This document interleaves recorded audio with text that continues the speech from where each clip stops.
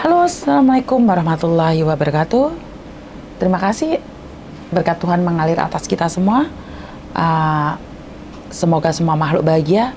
Dan saya ucapkan banyak terima kasih yang sudah mendukung saya, baik di Facebook ataupun di YouTube. Secara langsung dan tidak langsung sudah mengontak saya dan memberikan komen-komennya dan informasinya. Terima kasih. Siapa sih saya tanpa Anda? Jadi semua itu karena Anda dan kembali lagi pada Anda ya. Karena sebenarnya kalian yang bermasalah dan solusinya juga dari kalian juga. Terus sekali lagi saya mohon maaf.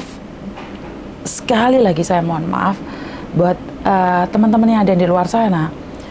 Kalau telepon saya dan saya tidak bisa mengangkat telepon karena berbagai kesibukan dan kalian SMS dengan nada yang ketus, bahkan kalian screenshot di grup-grup TKW yang lain mengatakan bahwa saya itu tidak bisa melayani dengan baik. Saya selalu klarifikasi di sini, saya cuma manusia biasa, saya bekerja atas porsi yang saya bisa. Jadi tidak semuanya bisa saya tanganin, Mbak. Dan saya minta maaf juga buat mbaknya yang di luar sana yang mengatakan bahwa khususnya buat anaknya Bandung sendiri ya. Khususnya buat anaknya Bandung sendiri, saya mohon maaf sebesar-besarnya kalau saya lebih memilih membantu orang lain dibandingkan kalian. Sebenarnya tidak seperti itu. Jadi kalau kalian berpikir bahwa saya lebih mementingkan orang lain daripada anak sendiri, Anda salah. Kenapa? Karena the first priority adalah orang yang dalam keluarga saya, dalam lingkup saya, termasuk kamu anaknya Bandung. Dan jika kamu merasa anaknya Bandung dan kenal saya, kenapa Anda tidak datang ke saya? Jadi sekali lagi, kalaupun nggak datang ke saya kan setidaknya explain ke saya ada apa, kenapa. Jadi setidaknya saya tuh ada gambaran dan tolong kirimin KTP kalian. Kalau kalian itu anaknya Bandung, tolong fotoin KTP kalian. Jadi setidaknya saya tahu bahwa kamu itu benar-benar anaknya Bandung, di mana saya bisa ngecek di komputer apakah kamu itu benar anaknya Bandung. Dan dari situ saya bisa tahu ada apa. Saya kan kebetulan kan saya bukan salesnya. Jadi kalaupun kamu anak saya harus ngecek dulu, double check ada apa dengan kamu. Saya itu nggak bisa Mbak instan kayak kamu nanya aku langsung tahu, itu nggak bisa. Jadi saya harus konfirmasi karena sekali lagi di kantor itu ada tatanannya, tidak bisa gerusah-gerusu suka-suka kamu, suka-suka aku untuk memberikan jawabannya, tidak bisa. Kecuali saya bukan stafnya kantor, terus habis itu sebagai saya orang luar di mana terserah saya, suka-suka saya. Jadi buat mbaknya yang di luar sana yang mengatakan bahwa kalian adalah anak saya sendiri, fotoin KTP-nya ke saya. Jadi saya tuh tahu siapa kamu. Lah kamu ngaku anakku tapi kamu cuman miss call, di telepon balik nggak mau diangkat, diangkat dimatiin, diangkat dimatiin. Jadi kelihatannya kamu miss call terus. Makanya kenapa saya screenshot, karena biar kalian tahu. Jangan main prank sama saya, jangan petak umpet sama saya. Karena saya itu benar-benar menyisakan waktu bagi yang urgent. Nah kalau kamu nggak ngomong siapa kamu, dari mana saya tahu Mbak?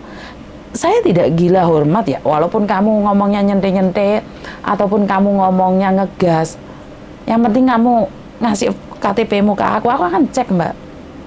Saya itu tidak tahu kenapa saya tidak bisa marah, karena mungkin bukan tidak bisa marah juga sih, karena kadang saya marah cuman saya tahan. Kalaupun saya marah ada gunanya nggak? Karena saya berpikir marah sama kalian tuh nggak ada gunanya, bikin saya sakit hati sendiri. Kalau saya marah sama kalian, udah berapa orang yang saya marahin? Bahkan pembantu saya aja pernah menyakitin saya, pernah tidak sopan sama saya, bahkan pernah membentak keluarga saya pun tidak bereaksi Mbak. Karena saya tahu bereaksi itu percuma. Karena dia gimana pun dia nggak suka sama saya. Saya jelaskan, saya baik-baikin pun dia akan tetap tidak suka sama saya. Jadi menurut pendapat saya adalah saya akan berjalan di porsi saya, dengan kemampuan saya, dengan kekuatan saya. Kalau saya nggak mampu, saya letakkan. Kalau saya nggak kuat, saya letakkan. Kenapa? Saya nggak mau overdosis. Saya nggak mau overload. Saya maunya membantu, tapi kalau saya sendiri yang stres, lah ya edan Mbak. Uang nggak dapat, gila yang dapat, ya enggak dong. Itu sungguh tidak adil. Jadi kalau kalian merasa bahwa saya itu tidak memperhatikan kalian, boleh datang ke kantor saya. Saya selalu bilang kalau telepon masuk ada orang di depan saya, the first priority buat saya adalah orang yang ada di depan saya, Mbak. Jauh dari itu anak saya atau bukan, saya lebih mengutamakan orang yang ada di depan saya daripada yang ada di telepon. Kecuali di telepon itu sangat urgent sekali, sangat membutuhkan bantuan saat itu juga. Jadi buat mbak-mbaknya yang di luar sana,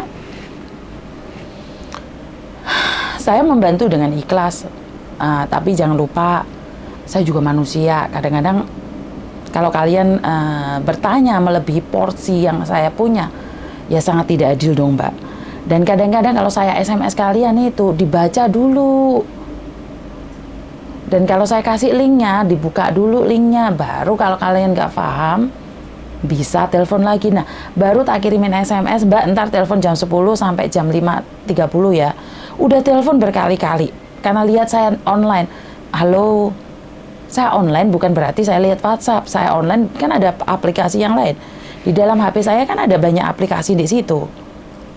Karena HP-nya online dan kalian merasa bahwa saya lagi ngecek WhatsApp dan tidak membalas SMS kalian gitu loh. Makanya saya bilang sama suami saya itu sekarang ketakutan pegang HP. Kenapa? Karena overload. Sekali lagi HP saya itu overload. Dimana kadang-kadang kemampuan kita tidak mampu lagi. Saya pribadi tidak mampu lagi untuk menjelaskan, menerangkan apa yang terjadi gitu loh. Jadi buat mbak yang di luar sana, jangan egois. Ayolah belanja, sama-sama belajar. Gimana seandainya aku tidak bekerja di agent lagi? Kan kalian tidak bisa menumpukan harapan total pada saya. Kenapa saya ngasih YouTube ini biar kalian paham dan sadar. Jika agent tidak membantu kalian, apa sih yang harus kalian lakukan? Tetap bertahan atas dirimu sendiri. Jadi jangan pernah rely ke agent. Jangan pernah terlalu berharap pada agent. Ya kalau agent staffnya bagus, seperti saya ini punya peluang kapanpun dipecat dari agent. Jadi tidak ada jaminan bahwa saya itu akan bekerja di Bandung selamanya. Tidak ada jaminan. Dan satu hal, kalau Bandung sudah tidak mengizinkan saya memberikan informasi yang terbaik buat semua orang ataupun membantu Bandung, dan Bandung merasa saya merugikan perusahaan, Bandung berhak memecat saya kapanpun dia mau. Nah, sebagai anak-anak saya, sebagai anak-anak Bandung, apakah saya tetap punya kewajiban untuk membantu kalian setelah saya tidak bekerja di sini? Otomatis secara langsung dan tidak langsung, secara prosedur, saya tidak berhak lagi atas kalian. Dari situ, kenapa saya selalu bilang belajar lebih baik lagi, belajar lebih pintar lagi, agar jika suatu saat saya itu sudah tidak ada di Bandung lagi, kalian itu wis pinter, kalian itu sudah mengerti. Jadi jangan berharap penuh, Mbak. Karena saya tidak bisa menjanjikan saya akan ada di sini selamanya.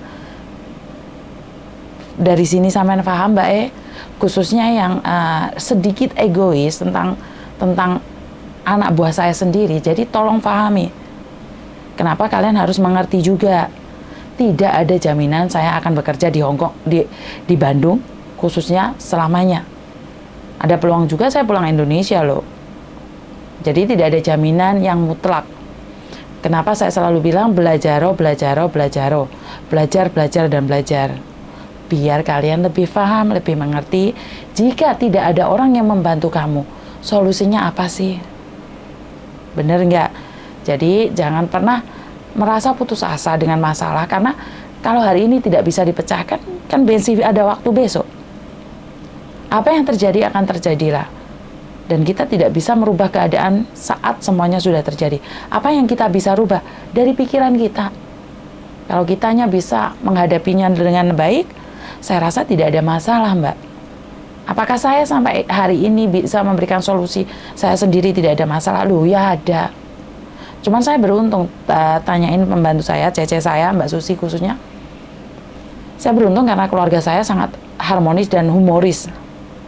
Jadi, kadang saya selalu ingin menampilkan suami saya, anak saya di kamera, tapi mereka selalu bilang kebahagiaan keluarga tidak perlu diekspos keterlaluan. Suami saya bilang seperti itu.